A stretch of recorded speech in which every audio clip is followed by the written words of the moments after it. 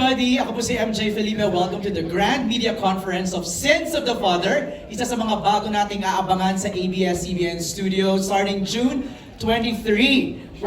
Thank you to all those watching us right now sa ating live stream. And just for your information, kakatapos lang po ng 1-hour special screening dito sa Gateway Mall 2. And everybody's hyped and energized and ready to ask their questions from our friends from the press to the cast. And ito na, hindi ko na patatagalin. Let's introduce them one by one. We begin with our directors and our creatives, our head writer, Senon Palomares. Hi, Senon. Please greet everybody. Magandang hapon po and salamat po sa pagpunta. Kapangalan mo yung super detective.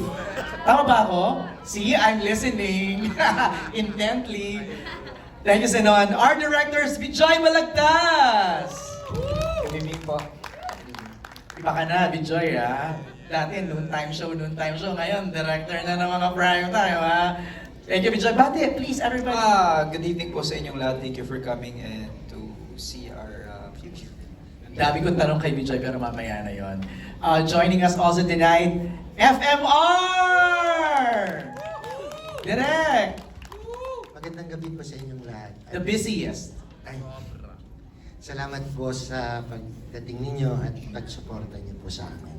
Thank you, Direk. And now let's introduce our cast members, starting off portraying the role of Diego Ramirez, Tirso Cruz III. Kuya Pip, please greet everybody. Hello, good evening sa inyong lahat. I hope nakiliti ang inyong pag-iisip at damdamin sa nakita ninyong 1 hour na, kumbaga teaser, sabihin na natin. Teaser po ng Sins of the Father. Ayun po, abangan ninyo. Hahanapin ko rin yung $556 million. Thanks, Kuya Pip, portraying the role of Lolita Trinidad, the one and only Lot De Leon. Diba, Lot? Yes, hi, good evening. Ayun po, hello, si Lolita. Iba ka kanina. Ano mo, Ay. mga pawalling. Dahil po yan sa ating mga magagaling na direktor, Direk FM. Sobra po. Thank you, Tilot. Isa sa mga kanina, hindi naman sa, I didn't recognize him, pero yung look niya was really refreshing kanina. JC De Vera. Hi, JC! Hi, thank you. Good evening everyone. Maraming salamat po sa lahat ng mga nagpunta dito and I hope everyone hindi sana kayo madala sa pag-invest. Ayun lang po. Thank you, thank you. Yayaman tayo.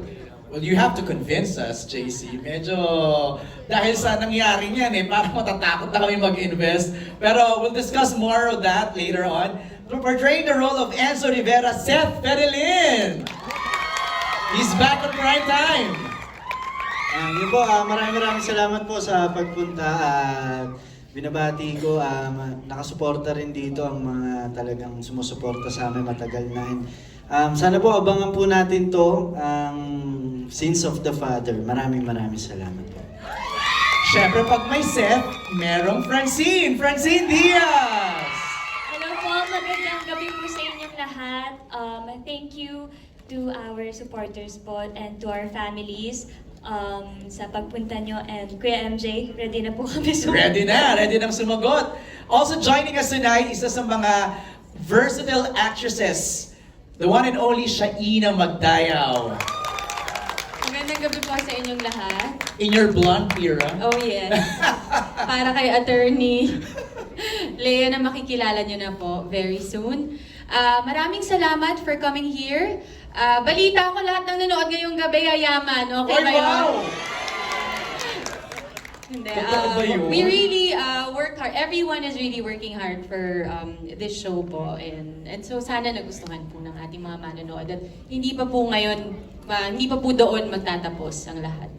Pasimula pa lang yun. Pasimula pa lang. Thank you, Shaina. She is back on television sa primetime, Jessie Menjola! Hello po, magandang gabi sa inyong lahat. Maraming salamat sa pagpunta at pagsama sa amin ngayong gabi.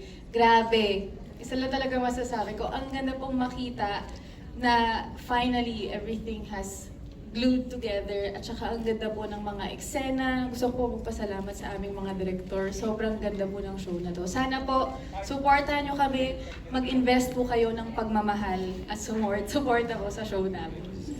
Thank you, Jessie. Speaking of invest, alam mo, feeling ko yung linya nga niya ay tatatak sa mga manonood at magte-trending, mag-viral, portraying the role of Mike Trinidad, the award-winning actor, John Arcilla. Gusto niyo bang yumaman? Oh, yes! I will make your money work for you! Nakakatakot kasi convincing.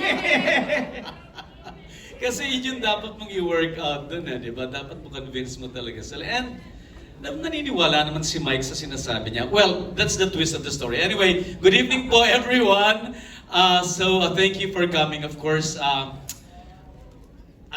ayokong buhatin ang sarili namin bangko, pero I'm sure nagustuhan ninyo kasi ako talagang, ibang klase. Kahit na late ako, parang ibang klase yung kulay, ibang klase yung timpla. So, I'm sure ganun din po ang ramdaman nyo. So, keep on watching. Malapit na po sa June 23. Yan ang minake ng ating bida, na magiging iba ang timpla, iba ang kwento, socially relevant at maraming matututunan ang manonood. He is back on primetime, the one and only Gerald Anderson. Ayan na, good evening po sa inyo lahat. Maraming pong salamat sa lahat po ng friends and family, supporters po namin, the Philippine Coast Guard, friends from the media, maraming pong salamat.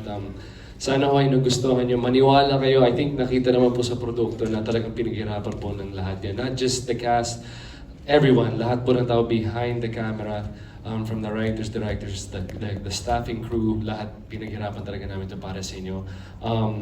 Patikim pa lang to. Maniwala kayo sa akin, ako po mismo nagsasabi sa inyo, patikim pa lang yan at marami pang dapat abangan. It's just the tip of the iceberg. Okay, let's kick off our Q&A. Je, ako na muna yung magtatanong, no? Seeing it in fruition, ito na, yung unang patikim. Ano yung pakiramdam? Nakakataba ng puso kasi talagang when you see the final product, parang negosyo lang yan yung pinaghirapan mo isang bagay, tapos kumikita na siya. The fulfillment is different. And Je, hindi tayo mga investors dito. Okay. Kung sino mag-invest, Je, mag-invest po kayo sa akin. Galing mo, parang hanggang ngayon. Diba? Nagmana ako sa tatay ko I know! Nagmana ako sa tatay ko. No, but yeah, it's like lagi ko nire-request sa ABS is pag may proyekto po ko, sana may social awareness and sana may mapupulot na aral yung mga tao pag pinanood nila because maraming distractions these days, di ba? We have scamming, we have social media, we have influence, everything. So when I'm given an opportunity like this, talagang binibigay ko yung best ko. Kasi alam ko sa sitwasyon natin as a company and as a country, hindi lahat ay nabe-bless katulad nito. So whenever we get opportunities and blessings, make the most out of it. Okay. Speaking of that, I wanna know, kanino nagsimula yung kwento? It's very socially relevant, pinag-uusapan siya ngayon. Let's talk to Senon. Senon, paano mo nabuo yung storya ng Sins of the Father? Actually, hindi lang naman ako nagbuo. It's basically the whole team.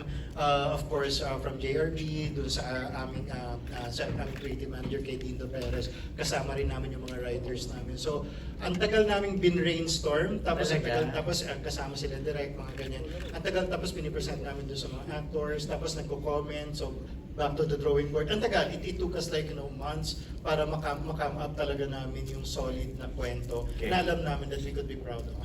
Pero yung theme kasi parang scamming, di ba? Parang ganun yung dating, Parang investment scams. Were you inspired by true events? True stories? Yes, in a way. Kasi parang feeling ko wala naman siguro sa atin dito ang hindi pa naka-experience ng na-scam. Meron na ba dito? Sino naman na-scam na dito? Ayan, gamit na. Ay, sa CAS ba meron? Sige nga, Mike Trinidad. Yung nung 90s, di ba? Yung pyramiding sa Yes! So, millions talaga sa family natin, sa buong family. Wow! And ang nag-scam sa akin, estudyante ko sa acting. Ooh. Yes! Estudyante ko siya, so ang tawag niya sa parents ko, nanay, tatay, and then sa mga siblings ko, kuya, ate, and then gano'n siya ka-close sa akin. And in fact, ginamit niya yung acting niya sa akin. Buong barangay nila, pati mga classmates niya sa school, nakuha niya lahat. And then, so, hinabol siya ng ibang mga na-scam. hinabol siya. Actually, tinorture siya ng mga kaibigan niya sa isang building. Tumalan siya ng 3 floor, ng sa 3rd floor. Na-hospitalize siya, then nung ma-hospitalize siya, tumakas siya after several days. And ngayon, ang last na alam namin sa kanya, nagpa-change siya ng face. Very cinematic naman yung kwento. Pang Pwede teleserye. yan. Kami ni Yula Valdez ang kasama. Sulat mo na, Sorry, sulat mo Yula na. Valdez. Yula. Kami ni Yula ang kasama doon before. Wow. Ilot, you raised your hand kanina. Oo, alam mo, may dati kasi nagbebenta ako ng bangus. Alam mo naman ako, hindi ba? Kailangan kumita ng pera. Gusto natin yumaman, right? Yes! Okay, fine. So, syempre, there was a time, many years ago, nagbebenta ako ng boneless bangus. Okay. Sumali ako sa expo. Order ako dyan. Oh, baka naman ikaw, hindi. May nag-order sa akin 80,000 pesos worth of bangus. Okay. Binayaran ako ng manager's check. Okay. Tinanggap ng tao ko. Nung tinanggap yung kinuha, dineliver, pinick up ng isang kilalang van. Hindi ko nababanggitin ko ano. Pinick up, we went to the bank, fake yung manager's check. Pero yung account number at saka yung pangalan existing doon sa bangkong yon. Pero walang ganong fake yung manager's check. Nahabol mo na yung scammer na Hindi yan? na. Wala na. Kaya mag-iingat po kayo. Kasi ni-reco kita Talaga na sa isang seminary lot before, di ba nag-order siya? Yes. Tapos biglang nawala. Yun pala yun. Yes. Wow. Jessie, you raised your hand. Wag na lang. Who else? Pero ba dito na ganyan, naloko? Chin, naloko ka na ba? Hindi po. Scam sa pag-ibig. Hindi po ako, pero mga kakilala ko po. Ayun, oo. Yung iba, parang investment funds din po yung Right. nangyari sa kanila. Yung iba nangutang pa para may mapasok dun sa investment na sinasabi na dodoble, Tama. pero biglang nawala lahat. So, dun po ako na naawa talaga sa mga nangangailangan pero sila yung naloloko madalas. Mga too good to be true no? So tama yung sabi ni Senon, no? Parang lahat ng tao dito sa media conference natin, kung hindi man kayo yung nabiktima, may kilala kayong nabiktima. So it's really relevant and prevalent ngayon. Simulan na natin ang Q&A. May mga questions tayo from the press. I'll read some of them and then yung iba,